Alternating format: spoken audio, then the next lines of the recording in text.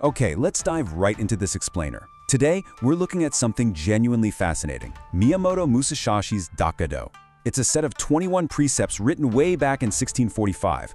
But we're not just going to sit here and read off a list of ancient rules. Instead, we're going to explore how a 17th century linguistic quirk, literally hidden inside the original manuscript, actually forces us to make a pretty profound psychological choice today. It is a wild journey from historical translation straight into your own personal agency.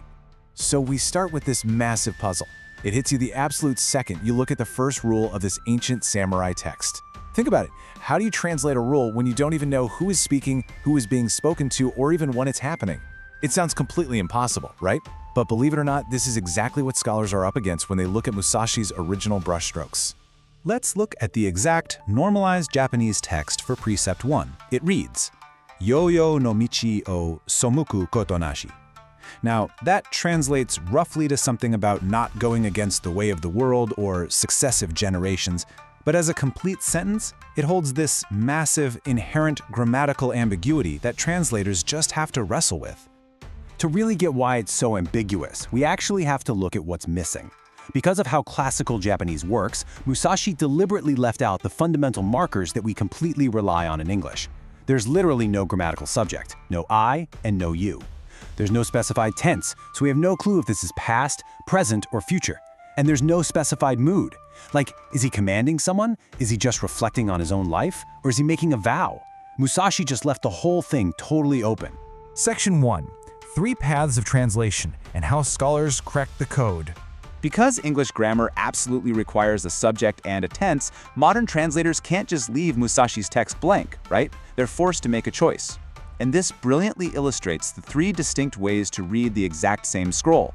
Kenji Tokitsu, for instance, reads it as a second-person didactic command, do not go against the way. Then you have Alexander Bennett, who treats it as a first-person past reflection, almost like an old veteran looking back, saying, I did not infringe upon the way. But then Taro Machida translates it as a first-person future vow, I will not oppose the ways. It's the exact same original Japanese text, interpreted as a strict command, a past reflection, or a future vow. Kind of wild, isn't it? Moving on to the problem with commands and the burden of the second person. So, framing the text as a do not command might seem pretty natural for a set of rules, but it drastically changes how we interact with material on a personal level. Take Tokitsu's translation here, do not go against the way. When you read this, it feels like an external burden. It honestly feels like a dictator or a strict teacher barking orders at you. And think about it, when you're going through a hard time or you're trying to build up your discipline, a giant disembodied voice yelling do not at you usually just breeds resentment. What you really need in those moments isn't a dictator. You need a personal compass. Which brings us to defining minimum meaning and grounding the translation. To solve this translation problem and, get away from that whole dictator dynamic, the ACMM project established a really vital baseline rule before they applied any psychological framing at all. They created this concept called the minimum defensible meaning. Basically, this is the narrowest shared meaning supported explicitly across all the sources. The goal here was to isolate the objective core of the rule, totally stripped of any single translator's personal grammatical lens. So no I, no you, no do not, no I will. Just the raw data.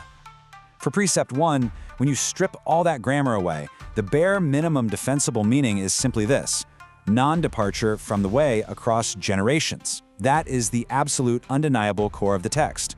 This serves as our solid foundation. Now the big question is, how do we actually rebuild the sentence for the modern reader in a way that's, useful? Let's get into the first-person resolution, shifting from a dictator to a personal compass. This brings us to the real climax of the translation policy. It's the decision to permanently adopt what they call the first-person resolution. Reframing an external do not into a personal I will completely changes our entire relationship to discipline. On one hand, do not makes you a passive recipient of an external burden, which, like we said, leads to defensiveness and resentment. But on the flip side, I will makes you an active participant. It relies entirely on your internal compass and gives you absolute agency over the text. It's a total game changer.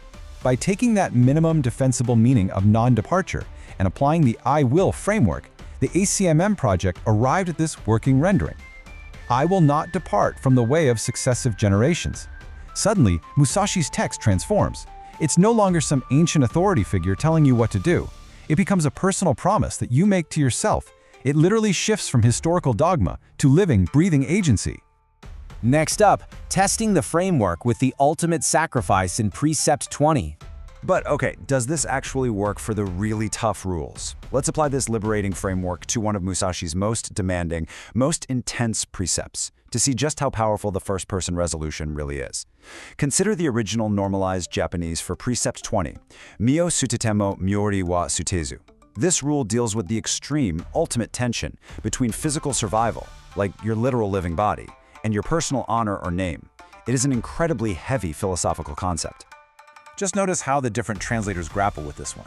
Tokitsu frames it as a harsh command. You must hold on to your honor. Bennett reflects on it in the past tense, while Machida looks to the future. Now, if we strip this down to its minimum defensible meaning, it dictates that your name, or your honor, must unconditionally outrank your physical life. I mean, that is an intimidating standard, if it's being shouted at you by some external commander. But watch what happens when you apply the first-person resolution to Precept 20. A massive shift occurs. Even if I abandon my body, I will not abandon my honor. It stops being this terrifying command to die. Instead, it becomes a profoundly empowering statement of your own unshakable values. It's a line you draw in the sand for yourself, by yourself.